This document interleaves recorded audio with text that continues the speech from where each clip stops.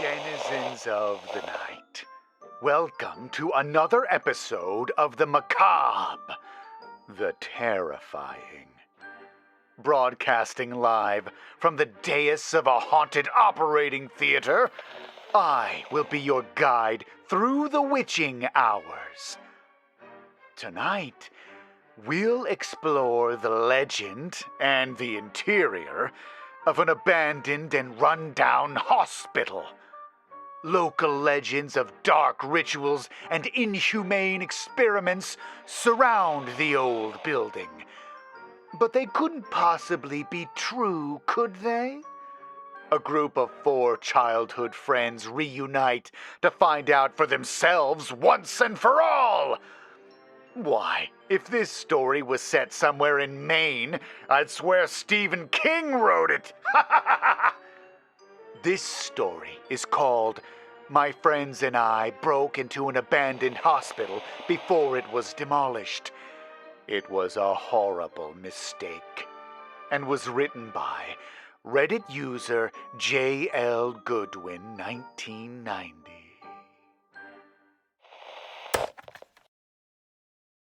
I'm honestly not exactly sure where I should start with this. It's something I've kept silent about for over half a decade at this point, both because of the vow that we, my friends and I, made that night, and honestly, because it's been the only way I've been able to stay relatively sane since then.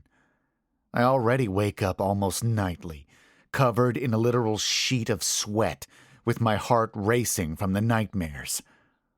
That's what I spent the last several years telling myself. It was only a nightmare, nothing more.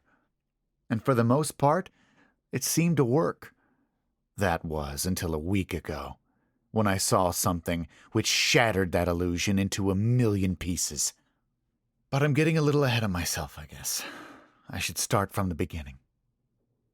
You see, I live in a medium-sized coastal town in the Pacific Northwest. One which has been around since the 1850s at least. One which has developed many tales of supernatural occurrences all over it. Accounts of strange occurrences have been reported for over half a century or more, ranging from ghostly voices emanating from where the town's once bustling logging buildings stood on the edge of the estuary, to noises of old motion pictures playing after hours in the old Egyptian-style theater downtown, one of the last remaining in the United States, to the sounds of ghostly music and laughter coming from the ballroom of the old hotel, now converted to apartments.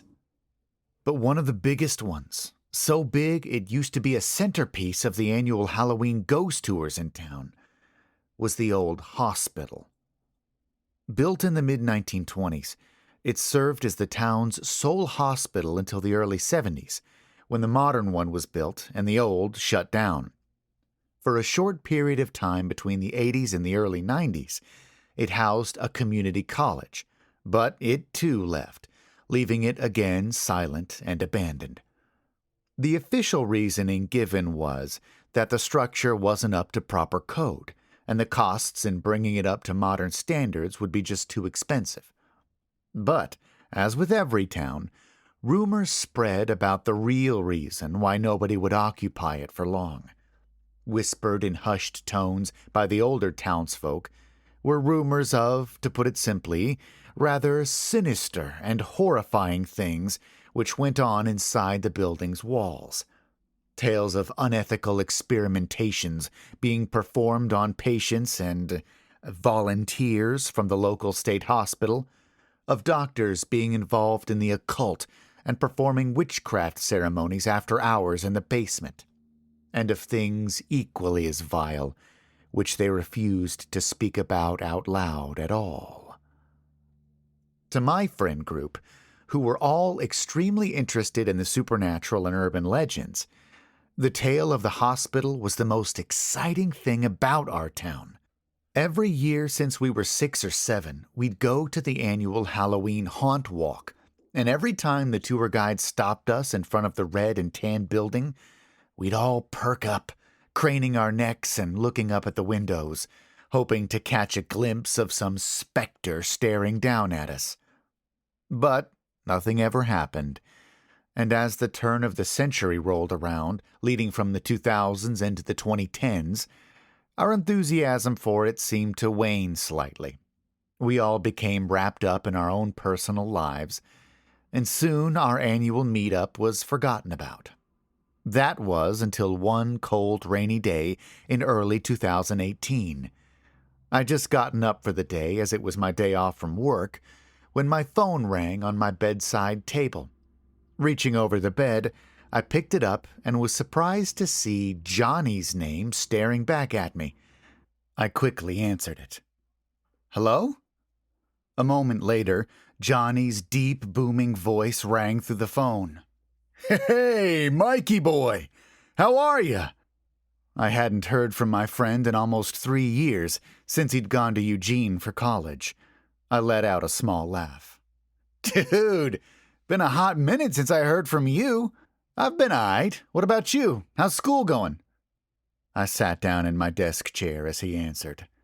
"School's been going fine, bro. Thanks for asking." His voice took on a teasing tone. "I hear you're going to be turning 28 this summer, huh?" I groaned. "Dude, don't remind me. I'd like to pretend turning 30 wasn't only a handful of years away." He let out another laugh. "Hey, how do you think I feel, where I'm 35 now?" "Oh, my bad, man," I laughed back, then looked out the window. "So are you back in town or something?" I asked. I heard him shift on the phone. "Yeah, actually I am, for a week or so. That's actually the reason I called. Are you doing anything right now?" I glanced at the clock. The large white numbers showed it was a little after 10:30. "No, not right now. Today's my day off, and I'm not meeting Ruby till tonight for dinner." A smacking sound came from my friend's end of the call. "Damn it! That's right! Today's your guys' 5-year anniversary. Congrats!" I thanked him, and then he continued. "Look, I called up the others a few minutes ago. We're all meeting at the diner in the strip mall parking lot down from Walmart. Come join us. I got something for us to do for old time's sake, now that we're all back in town." I allowed myself a small grin. Knowing Johnny, this was going to be interesting to say the least. "All right, man. Just give me half an hour to get dressed and drive down there." About 35 minutes later, I pulled into the strip mall's parking lot. Spying my friend's Cadillac, I parked next to it and walked into the diner. The smell of home-cooked bacon and eggs washed over me. Many of the patrons in the diner were late risers, having a breakfast while they still could. Turning to my right, I spied a hand waving over the top of the far booth. "Over here, Mike!" Waving at Francine, the diner's owner, I strode across the tiled floor and slid into the empty spot on the red vinyl bench. Looking up, I was greeted by the 3 smiling faces of my friends. "Hey, Mike! Long time, bro!" Lucas exclaimed, reaching across the booth to fist bump me. Addie gave me a small wave from the other side of him, the curls of her auburn hair bouncing slightly on her shoulders. A thick hand fell on my shoulder, and I turned to see Johnny's ginormous grin looking down at me. "Hey, dude," he said simply. I happily exchanged greetings with them all, and after ordering a grilled cheese sandwich and a coffee, we all fell into old times, laughing and telling each other what we'd been up to since we'd last seen each other. I was the only one who'd stayed in town, working for a decent pay at the fish processing plant down the coast, and occasionally on one of the fishing boats during the summertime. Johnny had gone off to college in Eugene, while Lucas had gone off to Portland for some big-time job. Addie had moved up to Seattle to work as a photographer, her passion. As our food was brought to us, I realized for the first time how much I missed our friend group, how much I missed hanging out with them. I had a small group of other locals I was friends with, and of course I had Ruby, but the dynamic the 4 of us shared was something nobody else could replicate. "Okay, so you're all probably wondering why I gathered us all here, right?" Johnny said as we finished eating. Well, duh, Lucas said, putting on a dumb expression. I thought you brought us here to sit and jam our thumbs up our asses. Johnny flipped him the bird with a laugh as Addie let out a giggle. Smartass, he proclaimed, then reached into the bag next to him. No, I brought you here because I saw this yesterday. He pulled out a copy of our town's local newspaper, The World, and laid it on the table. I craned my neck to read the headline, Macaulay Hospital to be demolished in coming weeks. Well, shit, Lucas said, panning over the article, then looking up. Addie leaned in for a turn to read it herself. So they're finally going to actually tear it down? She asked, looking up. Johnny shrugged his shoulders. Seems like it. They're going to turn the area into some kind of parking lot or something, according to the article. I leaned back in the booth, feeling a small wave of sadness wash over me, and said the only thing I could think of. Well, that sucks. It felt not only as though a piece of the town's history, however sordid, was about to be destroyed, but also a beloved piece of our own personal ones. The tours to the hospital had been such a staple of our childhoods that losing it almost felt like finally having to part with a childhood stuffed animal, as strange as it may seem. Johnny nodded. It does suck, but it says here it won't be torn down until early to mid-April. That means it'll still be standing, like the headline says, for a few more weeks. I sat up a little straighter, hearing something come into my friend's voice. It was almost a mischievous tone. Oh boy, he's got something planned. The other two seemed to have picked up on it as well. What are you thinking? Lucas asked him, leaning forward on his elbows. Johnny lowered his voice to make sure he couldn't be heard. I'm thinking that we never got a chance to see inside the place. So, why don't we sneak inside this weekend and check it out? Make an adventure of it. Now everyone was sitting up straight and staring at him. You serious? Addie asked quietly. As a damn heart attack, he proclaimed.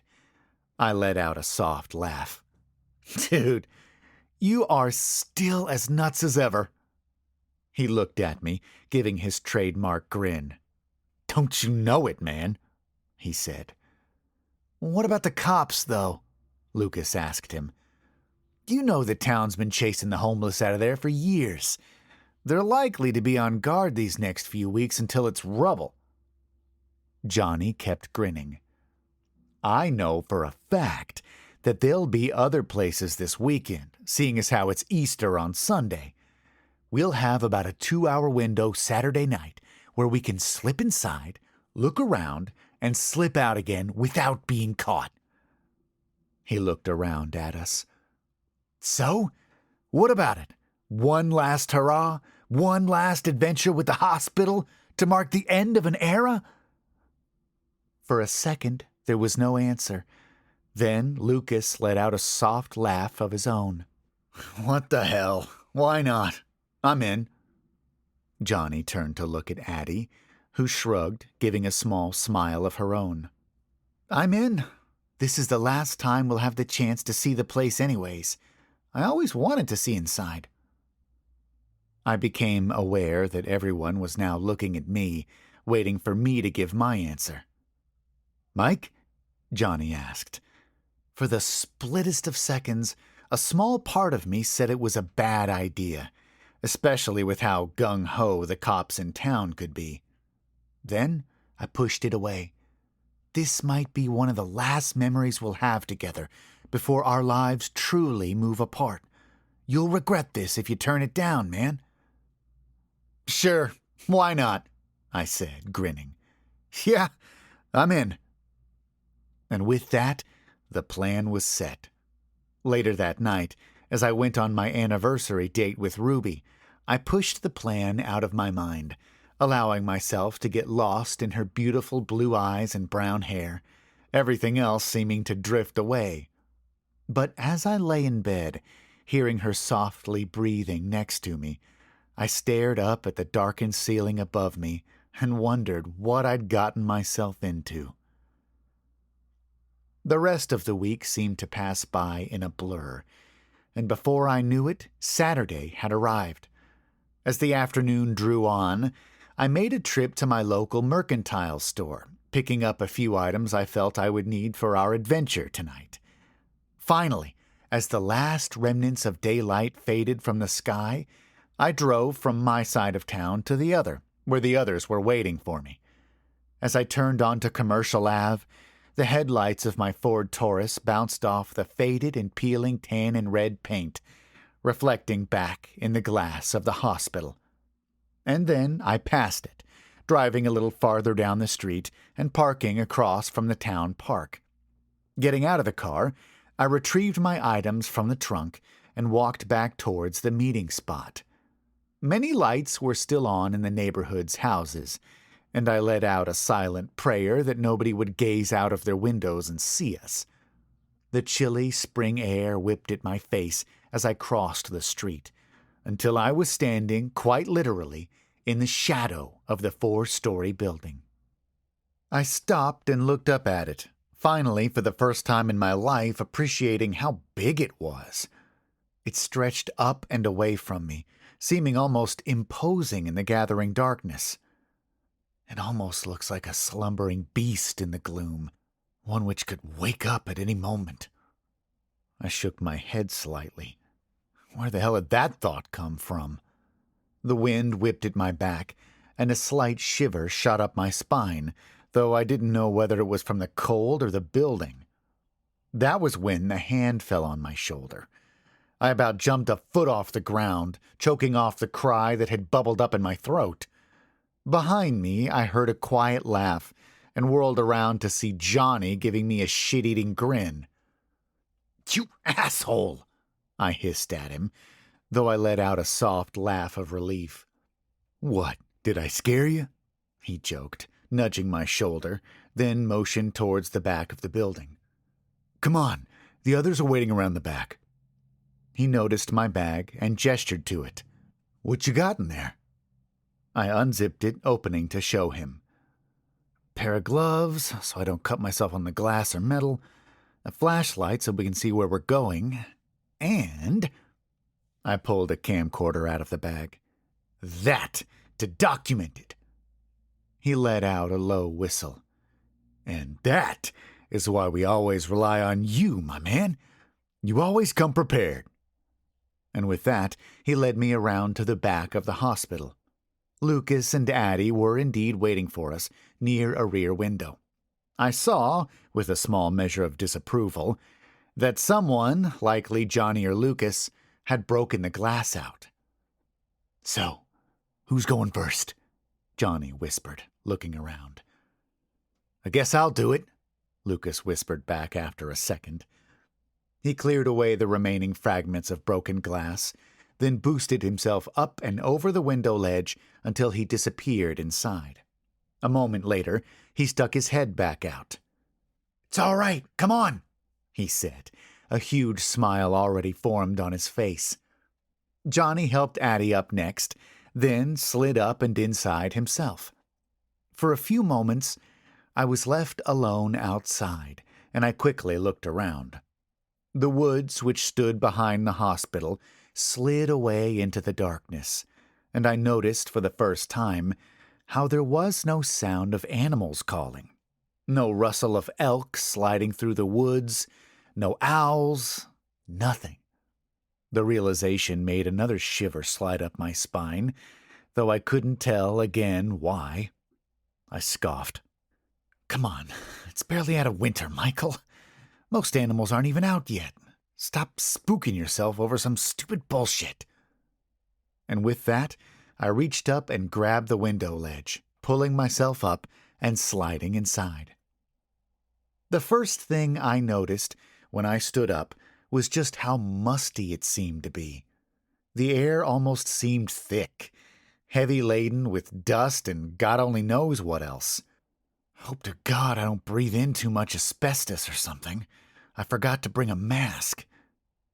Reaching into my bag, I pulled out first the gloves, then the flashlight. Snapping it on, I hooded the beam slightly with my free hand and shone it around. The room which we had entered was large and, as I'd figured it would be, empty. The same tan color which adorned the outside of the building graced the walls in here, though the floor seemed to be tiled. I could only guess what purpose it had served in the days of it being a hospital, as it had closed long before I'd been born. It could be a room for administrative purposes, or it could have been a patient room. I'll never know. That's when I noticed I was alone in the room. What the? I hadn't even heard the other three leave the room and had been too distracted by my surroundings to immediately notice. Guys? I called out softly. For a few moments, there was silence, and then the sound of footsteps came from the doorway beyond. The footsteps approached the door, and for a microsecond I felt yet another shiver pass through me. A dark figure appeared in the doorway, and for a moment I almost felt afraid to lift the light and shine it towards them, afraid of who or what I might see. But then I shook the apprehension from my mind and lifted my hand off the light. Johnny gazed at me, an even wider grin than usual spread ear to ear. He waved for me to follow him. "Come on," he whispered. "This place is freaking bonkers!" I hurried behind him, stepping out of the room into a long corridor which stretched away from us and out of sight. The other two were waiting for us, and we all now began to grin like idiots, as we collectively felt like we had as teenagers, when we'd sneak into the movie theater to watch an R-rated flick at 14 or 15. It was the thrill of being somewhere we weren't supposed to be, and it brought back the feeling of being younger and, admittedly, more full of life. "So, where do you want to start?" Addie asked us. "There's 4 floors to check out, plus the basement, and we've only got a small amount of time for all of it." Johnny rubbed the stubble of hair on his chin. "I'm thinking we start from here, then move to the upper floors. We'll leave the basement for last." Looking around, we all nodded our heads, agreeing with the plan. I pulled out the camcorder and handed it to Addie. "You're the best at filming of all of us," I told her, "so you record everything." For the next 35 to 40 minutes, we slowly moved from room to room and from floor to floor. The others had also brought flashlights, and with each room we shone them into, we were rewarded with either an empty space or occasionally a few tables and desks, likely left behind from its college days. Still, despite the slight disappointment the empty rooms brought us, we still eagerly checked out each room, speculating on what they would have been in the old days. "This might have been the maternity wing," Addie whispered, once we reached the 3rd floor and aimed the light into a particularly large series of rooms. "This might have been where my mother and grandmother were born." Her excitement bolstered the rest of us, and we kept moving on, finally reaching the top floor. This floor seemed to have few walls remaining on it, and we walked from one end of the floor to the other without much obstruction. As we reached the far end of the floor, something caught Lucas's eye, and he shone his light into a corner. "Hey, check out this graffiti," he said. We huddled up around him and aimed our lights at the dark red letters spray-painted on the wall. "Beware of Dr. Craddock." Lucas let out a soft laugh. "Holy shit, I'd almost forgotten about the legend of Dr. Craddock," he whispered softly, almost more to himself than us. But his words seemed to unlock a long-forgotten memory in my mind, one of a story that the tour guide who'd led us around one year in the early 2000s had told only once, and for whatever reason, never told again. According to him, Dr. Craddock had been one of the head surgeons at Macaulay Hospital from the late 30s until the mid-60s, a man who was as gifted with his mind as his hands. He was also, according to the rumors, one of the most evil men to boot. He'd supposedly headed up many, if not all, of the unethical experimentations, even doing surgery without any anesthesia, as well as led other members of the medical staff in occult worship. The tour guide said that Craddock had been terrified of one thing and one thing alone: death. He used the experiments and occult worshipping to attempt to find a way to live for eternity, to escape the clutches of the Grim Reaper, and escape the fate which awaited him in hell, the tour guide had ended with. But it seemingly hadn't worked, as the man had died in the late 70s. My friends, also having remembered the story, were softly chattering to themselves about the message, but I'd stopped listening to what they were saying. As I'd mentally recalled the story myself, an odd sensation had begun to settle over me, one which I hadn't felt during our entire journey through the hospital, which churned and twisted my gut into a knot. It was the feeling of being stared at, the kind which attempted to burn a hole directly through the back of your skull. Turning away from the others, I looked back towards the other end of the building. With my flashlight lowered, I couldn't see much in the gloom, but I saw one thing. Many of the windows hadn't been boarded up, especially on this floor, and the yellow glow of the streetlights outside shone inside, casting long shadows and a dim view of the area. Over in the far corner was a shadow, one which was darker than the rest. That wasn't what drew my gaze and choked off my breath in my throat. It was in the shape of a person, one standing just out of sight. The feeling of being stared at intensified, and I swear I saw the shadowy figure take a step towards us. I quickly unhooded my flashlight, aiming it straight at the figure. There was nothing there. It was almost as if the beam of light had banished it away. If it was even there in the first place.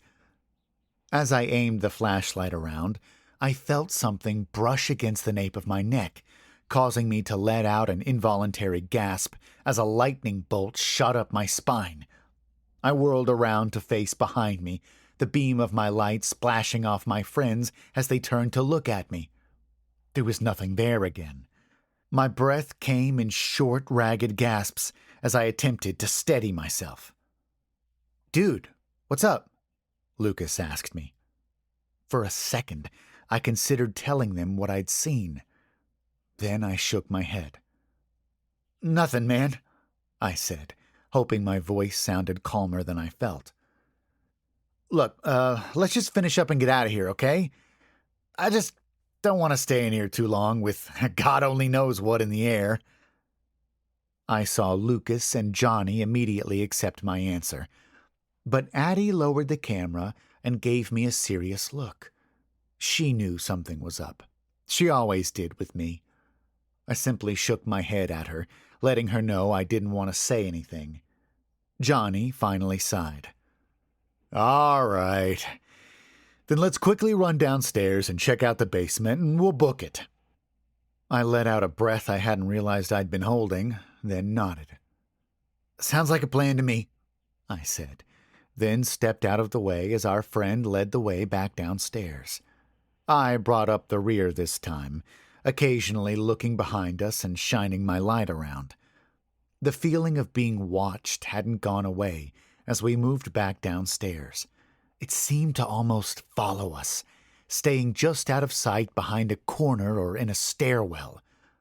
I couldn't hear anything, but all of my instincts were telling me to be on guard. I reached under the waistband of my coat and massaged the handle of the hunting knife I had strapped there, feeling slightly comforted by it. Finally, we stood at the door to the basement, a set of steps lined with a rusting railing, led down. For a second, I debated on telling the others to hang the basement and just leave. But no, as creeped out as I felt, I attempted to be rational. You aren't being followed, dude. You didn't see anything. You're freaking yourself out over nothing. Don't ruin this for everyone else. And so, still repeating those thoughts to myself, I followed the others down the steps.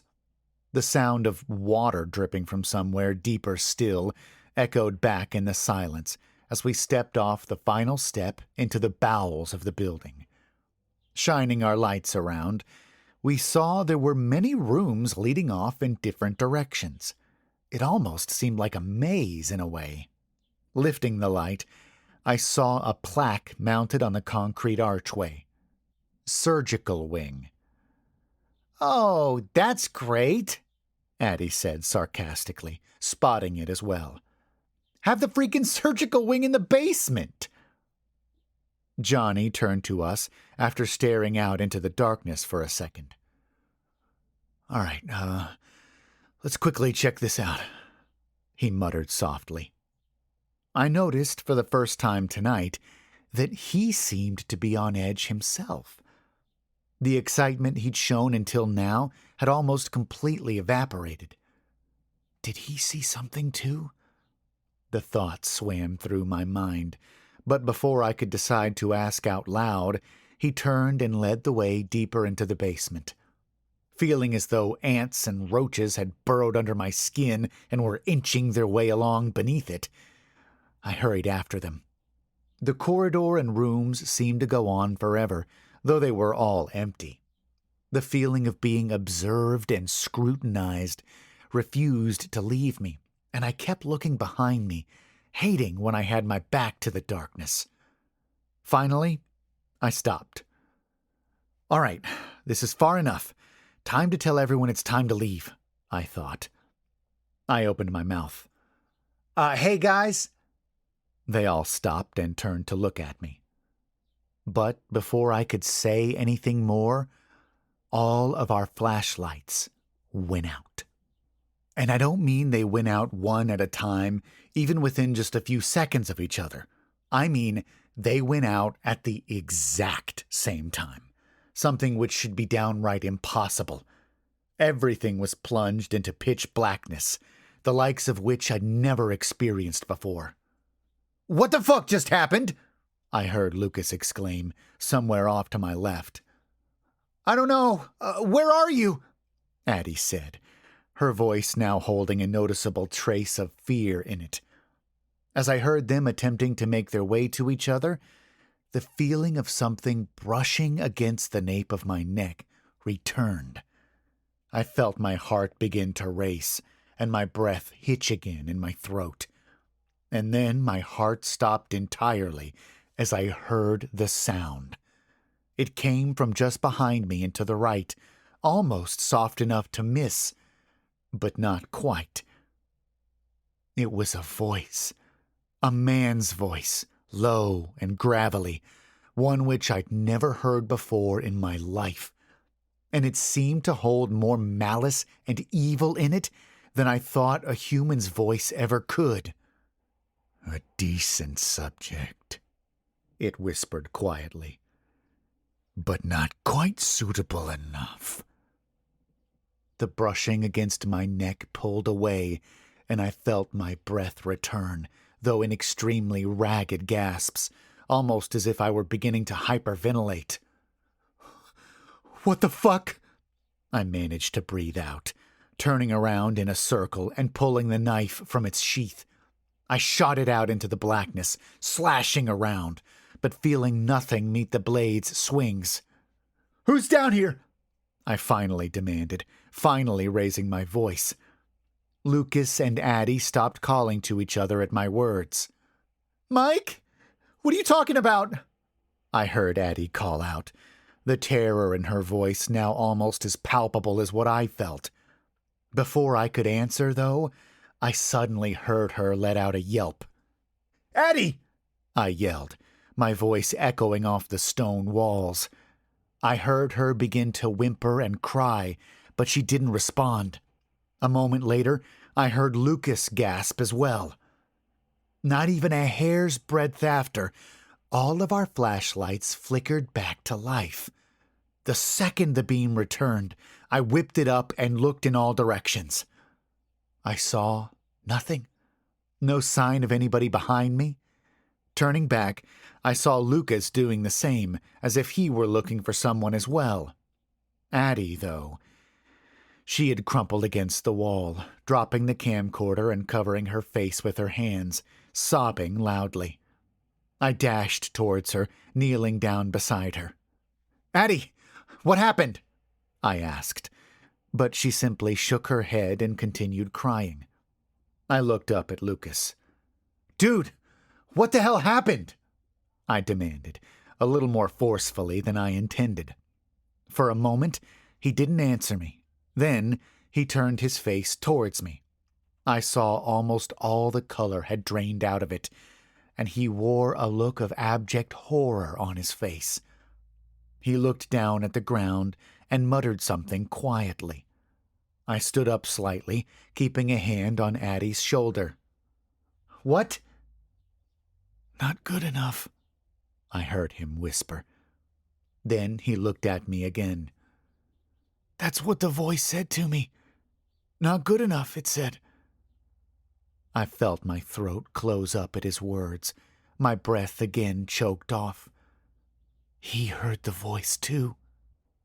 Addie stopped crying, and as I looked down at her, I saw her staring at Lucas with an even stronger look of horror than he wore. She said nothing, but she didn't have to.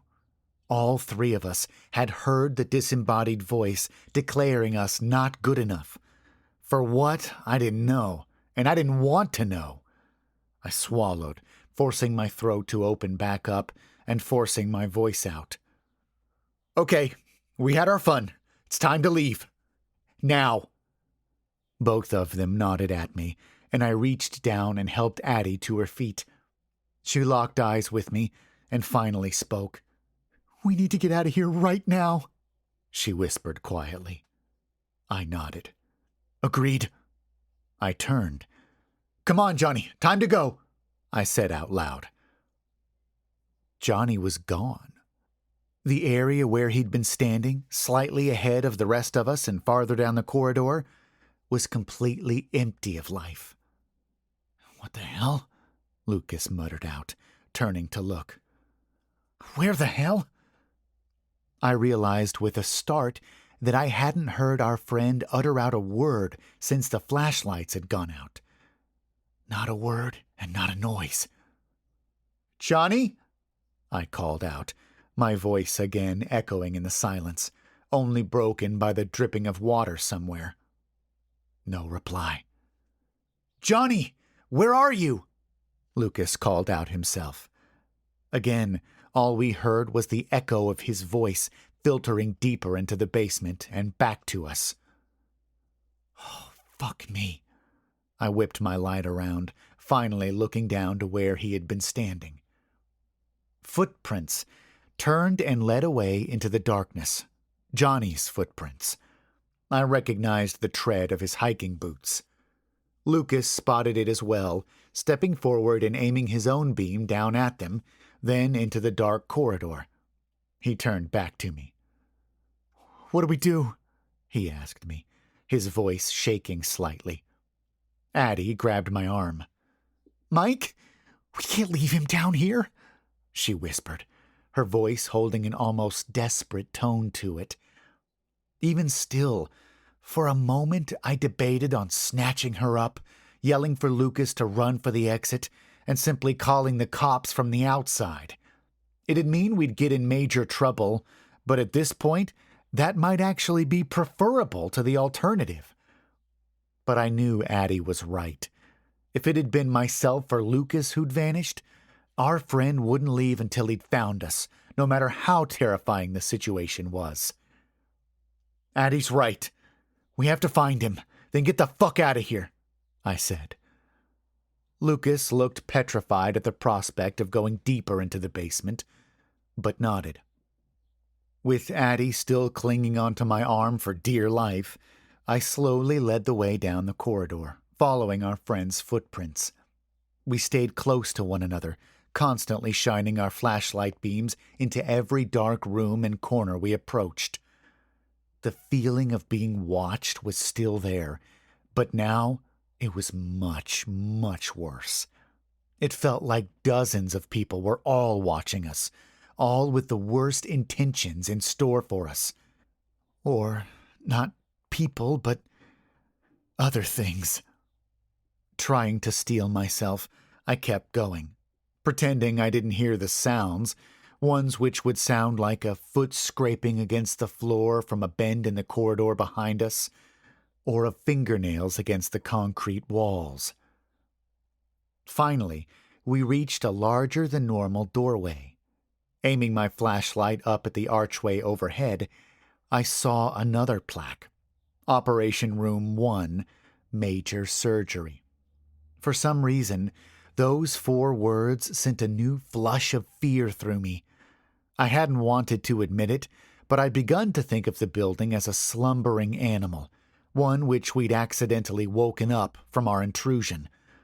And finding this room almost felt like walking quite literally into the belly of the beast. Swallowing hard again, I forced out a long breath and shone my light into the room. I was not prepared for what I saw. I thought that, like the rest of the building, this room too would be empty. But it wasn't. What looked like an old operating table, long since taken over by decades of rust, stood in the middle of the room. Overturned medical carts of medical tools lay strewn around it. I spied rusty scalpels and sewing equipment littering the floor, along with faded and rotting surgical masks. Aiming my light to the side, I saw many medical cabinets lining the sides of the walls. The entire room, if possible, gave off the worst vibes of the entire building. I never thought an inanimate object such as a room could feel evil before. But now I did, most decidedly. That was when I aimed the flashlight at the back wall. All 3 of us let out an almost collective gasp. Johnny stood almost directly against the wall, his back to us. I couldn't see his flashlight in either of his hands anymore, and he seemed to rest his head against the damp concrete. For a moment, I thought there was silence in this room as well, until a sound reached my ears, one which made my heart almost stop again. It was the sound of a voice talking fast, low and quietly, but it was in a tongue I'd never heard before, and honestly, one I don't think I was ever supposed to hear. It sounded almost demonic in its tone and cadence. Another realization crashed over me, sending another lightning bolt of fear through me. It was fucking Johnny's voice muttering a language I knew damn well he didn't know, for all his intelligence. That was when Lucas raised his light and aimed it at Johnny's back. Johnny?" he said quietly. Instantly, the whispering stopped. Everything stopped. All sound in the basement ceased, including the dripping water. It was as if all sound had been sucked out of the basement entirely, and my ears began to ring viciously in the stillness, one which held the most terrible edge to it. That was a mistake, my mind raced. Calling out to him was a mistake. Then Johnny moved. He took a single step back away from the wall, straightening up to his full height. At 6'7", he towered over all of us.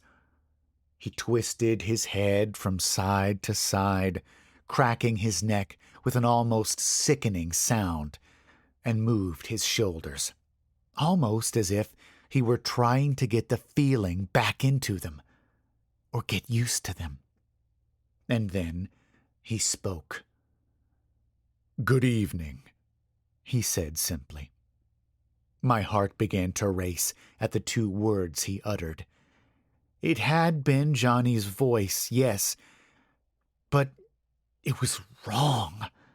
The way he spoke, his inflection and cadence, were nothing like how I knew my friend to speak. It was as if someone else were using his voice to speak. Almost as if he knew my thoughts, he turned towards us slowly. And this time, my heart truly did stop. Johnny stared at us, a smile on his face I'd never seen before, one which had none of his usual goofiness or happiness in it. This smile held only evil to it, evil and a sinister glee. That wasn't what made me clap a hand over my mouth to keep from screaming. It was his eyes. His usual hazel eyes were gone. In their place were bright green ones which I knew instantly weren't his. I looked down, and with the largest pang of horror shooting through me, realized he was holding something. One of the rusty scalpels. "Oh, shit," Addie whispered, causing our friend to let out a low, sadistic-sounding chuckle. And then he was suddenly a blur of motion, rushing towards us. I'd already slowly been moving, though, hoping he wouldn't see me trying to reach towards the door to the room, which had swung in. Almost moving as quickly as Johnny, I snatched the handle and yanked the door closed. Just in time as well. I felt the impact smash into the other side. Looking down and knowing the handle would be seized from the other side in a matter of moments, I saw a piece of rebar lying on the floor near me. "Lucas!" I screamed, feeling the handle grabbed and attempt to be opened. Lucas saw what I was looking at and grabbed it, lifting the heavy object and wedging it against the handle. The door shook violently, and I could hear laughing emanating from behind the metal. Evil, insane laughter. I knew the rebar wouldn't hold the door for long. "Run!" I screamed, grabbing Addie and lifting her into my arms. Lucas didn't need to be told twice. We ran. We ran down the maze of dark corridors, frantically searching for the steps leading out. As we ran, I saw things appear in the doorways. Shadowy figures, all which stared at us. Some with dark, coal-like eyes. Others with glowing embers, like what I picture hell to look like. A few reached out and tried to grab us, but we kept sprinting. I kept seeing more horrific sights, ones which I cannot bear to tell you. Behind us, I heard the crash of the operating room door break down. As despair began to well up inside me, we turned a corner and saw the concrete stairs which led to our salvation. We took them two at a time, racing back through the ground floor to our broken window entrance. I practically flung Addie out the window before leaping from it myself, Lucas hot on my heels. We didn't turn back. We just ran down the street for my car. That night was 5 years ago now. All three of us piled into my Taurus and sped for the police station. Despite our horror, we still managed to decide that we wouldn't tell about what we'd seen. All three of us knew we'd be labeled as nut jobs and likely end up in Oregon State Hospital.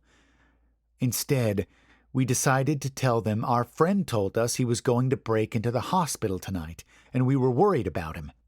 We must have looked quite a sight, busting into the police station. They took our case seriously, though, I'm happy to say, and sent a few deputies out. They found nothing. No sign of Johnny, of my dropped camcorder, no sign of anyone. Even his car was gone from where he'd parked it. We didn't know what to make of it. It was as if our friend had never been there. The police promised they'd keep an eye out for him, but a part of me knew they'd never find Johnny. Or whoever or whatever he was now. Before we each went our separate ways that night, though, the three of us made a vow. We would never speak a word to anyone of what we saw that night. "Let it die, along with the building in a few weeks," Addie said, tears running down her face for our lost friend. All of us agreed. We kept in touch the next few weeks, and all three of us went to watch the hospital get torn down a few weeks later. Seeing the building get reduced to rubble seemed to help the others. But for me, it just left an empty feeling inside. I couldn't push away the thoughts my mind whispered to me, telling me all the horror stories we'd heard over the years about the place had been real, far too real, and we'd almost become the final ones. After the demolition, I never really saw either Addie or Lucas again.